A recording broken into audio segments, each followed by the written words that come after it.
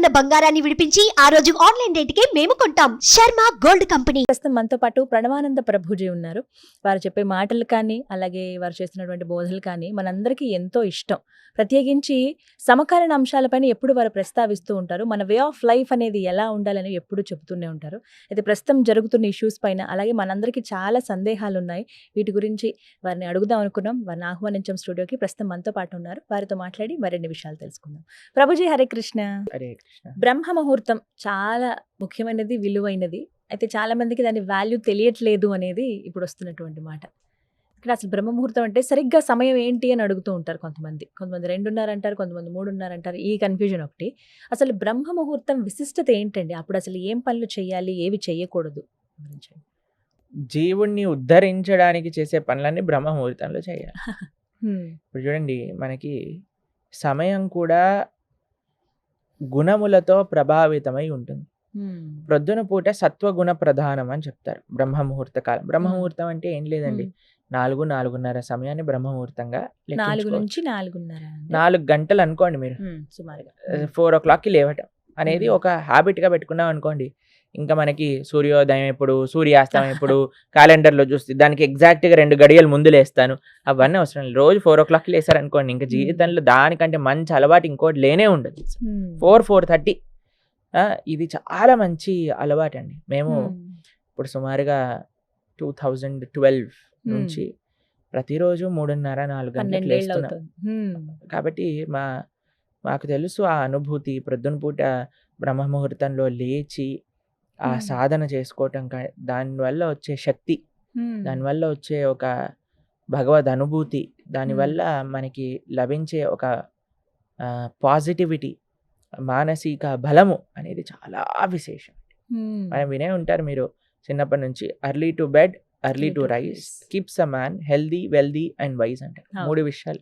ఎవరికి హెల్దీగా ఉండాలి అని ఉండదండి, ఎవరికి వెల్దీగా ఉండాలని ఉండదండి, ఎవరికి వైజ్గా ఉండాలని ఉండదండి. కాబట్టి ప్రొద్దున పూట లేవాలి.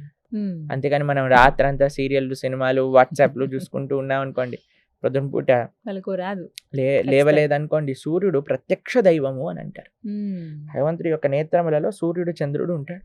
స్వామి యొక్క అంశ ఆ సూర్యుడి లోపల అందుకే మనం సంధ్యాబంధనం చేసినప్పుడు సూర్య మండల మధ్యలో ఉండే నారాయణుడికి మనం అర్ఘ్యం సమర్పణ చేస్తాం అనమాట. సంధ్యాబంధనం చేసేటప్పుడు ఆ మంత్రాలు మనం చేసుకున్నప్పుడు ఆ అనుష్ఠానంలోకి వస్తాయి. అప్పుడు స్వామియే సాక్షాత్తుగా, ఇప్పుడు చూడండి, మీ ఇంటికి ఒక పెద్ద వచ్చారనుకోండి, మనం హ్యాపీ పడుకొని ప్రొద్దున పూట 10 గంటలకు లేసి వచ్చాడా ఆయన, బాగున్నాడా, తిన్నాడా అని మనం వెళ్ళిపోతామండి. ఉంటాడు ఆయన. వచ్చే లోపలనే లేచి మనం అన్ని సిద్ధం చేసుకొని రూమ్ అంతా క్లీన్గా నీట్గా పెట్టుకొని ఆయనకు కావాల్సిన వస్తువులన్నీ పెట్టుకొని రెడీగా ఉంటాం. అంతే కదండి.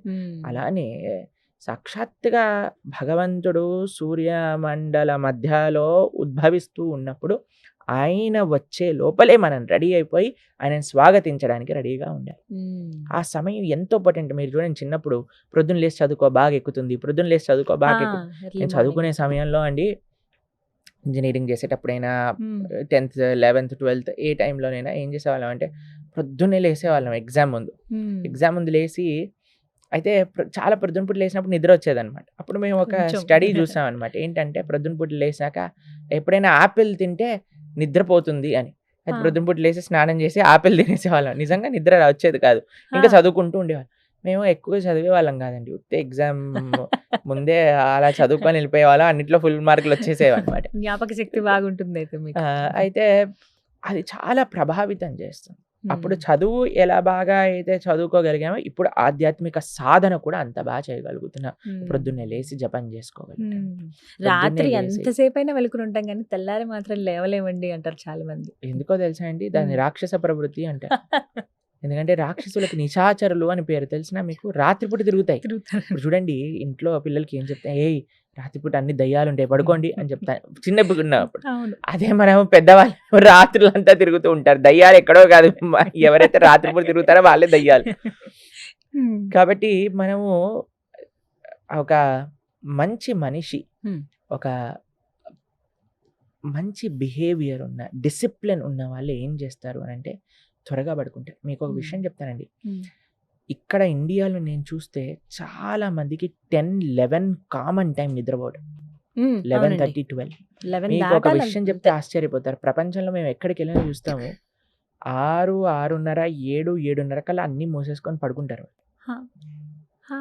అంటే సాధారణంగా పల్లెటూర్లలో ఇలా చూస్తాము. ఇప్పుడు పల్లెటూర్లలో కూడా అన్ని ఊర్ల పైన డిష్లు ఉన్నాయి కదండి, వాళ్ళు కూడా నిద్రపోనివ్వట్లేదు. ఎందుకంటే అన్ని తలుపులేసుకొని మెయిన్ ఇంట్లో సీరియల్లు 8:30, 9కే కదా వచ్చేవి. అవును. కాబట్టి Correct. పల్లెటూర్లలో ఎలా పడుకుంటున్నారు చెప్పండి? Hmm. పల్లెటూర్లలో లేదు, సిటీలో లేదు, అన్న ఒకటే అయిపోయాయి ఇప్పుడు. ఎక్కడ నిజమండి అదైతే. సినిమా ఇంకా ఫోన్, టీవీ, ఫోన్ ఎక్కడైతే ఉంటుందో ఎక్కడైనా ఖరాబ్ చేసేస్తుంది. కానీ మేము పాశ్చాత్య దేశంలో చూసాం, ఆస్ట్రేలియా వెళ్ళినప్పుడు మేము చూసాం, అందరూ 7:30 అయిపోయింది అంటే అసలు ఏదైనా కర్ఫ్యూ ఉందా అని అనిపిస్తుంది అనమాట. అలా ఆ. ఉండిపోతుంది. అందరూ పడుకుంటారు, లైట్లన్నీ ఆఫ్ అయిపోతాయి. Hmm. ప్రొద్దున పుట్ట అందరూ లేచి ఎంత మంది మేము సంధ్యావందనం చేసుకోవడానికి వెళ్తూ ఉండేవాళ్ళం అనమాట నదీ తీరానికి. Hmm. అప్పుడు అందరు కూడా జాగింగ్ చేస్తాం. ఎంత మంది, ఎవ్రీబడి ఇస్ సెల్ఫ్ కాన్షియస్. నేను ఆరోగ్యంగా ఉండాలి, Hmm. నేను బాగుండాలి, త్వరగా పడుకోవాలి, త్వరగా లేవాలి, ఎక్సర్సైజ్ చేయాలి. Hmm.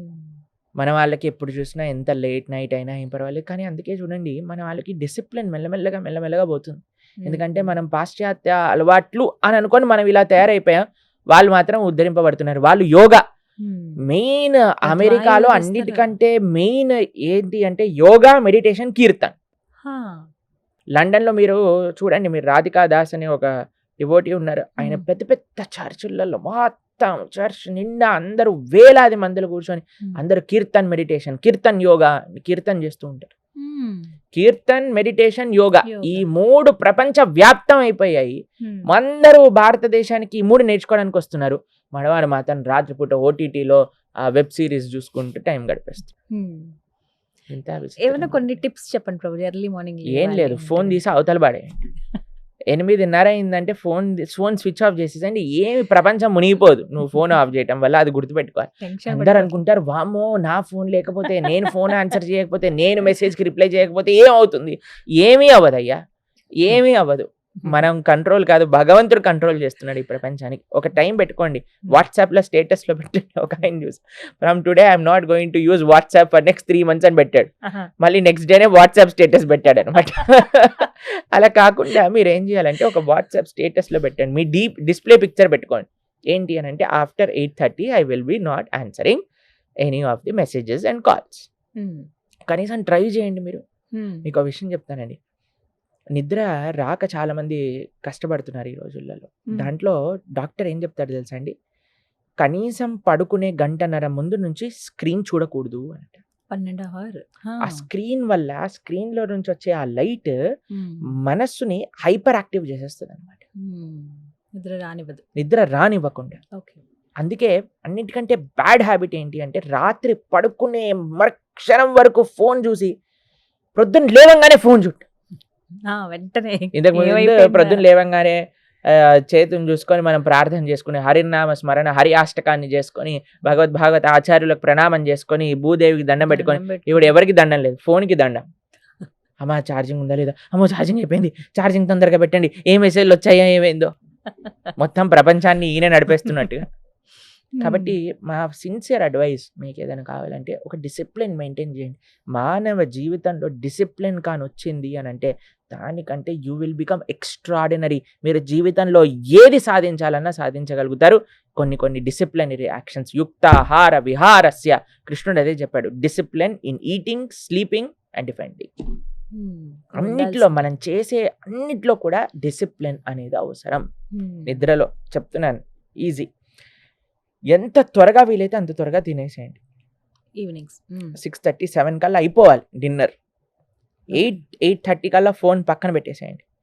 కావాలి అని అంటే ఒక మంచి పుస్తకం తీసుకోండి, పుస్తకం పట్టుకోండి, చదువుకోండి కొద్దిసేపు, మీ పనులు చేసుకోండి, మీ ఫ్యామిలీతో మాట్లాడండి. ఫోన్ ఉన్నంతసేపు చాలాసార్లు ఇప్పుడు చూస్తాను, నలుగురు కూర్చుంటారు, 4 ఫోన్లు పట్టుకొని, పిల్లోడేమో కార్టూన్ చూస్తూ తింటుంటాడు, ఈయనేమో న్యూస్ చూస్తూ తింటుంటాడు, ఆవిడేమో నిన్న సీరియల్ మిస్ అయిపోయిందని సీరియల్ చూస్తూ తింటూ ఉంటుంది, ఇంకొక ఆడేమో అందులో ఏదో వెబ్ సిరీస్ చూసుకుంటూ తింటూ ఉంటారు. ఏంటండి అసలు మనం ఇప్పుడు ఎవరికి టైం ఇస్తున్నాం చెప్పండి? ఇంట్లో ఉన్నట్టే ఉంటున్నాం, కానీ ఫోన్ తోటి కాపురం చేస్తున్నట్టే అయిపోయింది. ఫోన్ రూల్ చేస్తోంది అందరినీ, అలా అయిపోయింది. కాబట్టి ఫోన్ దూరం పెట్టేసేయండి, టీవీ ఆఫ్ చేసేయండి. అన్నింటికంటే బెస్ట్ విషయం అంటే టీవీ ఛానల్ వైర్ తీసేసి పీకేసేయాలన్నమాట. మా అమ్మగారు చిన్నప్పుడు ఏం చేసేవాళ్ళంటే ఎగ్జామ్‌లకి 3 నెలల ముందు టీవీ వైర్ తీసి బయట పడేసేవాళ్ళనమాట. ఇంకేం చేస్తాం చెప్పండి వైర్ లేనప్పుడు. కాబట్టి అలా చేయాలి. నిజంగా చెప్పాలంటే టీవీ తీసేయండి. ఫోన్ తగ్గిచ్చేసేయండి.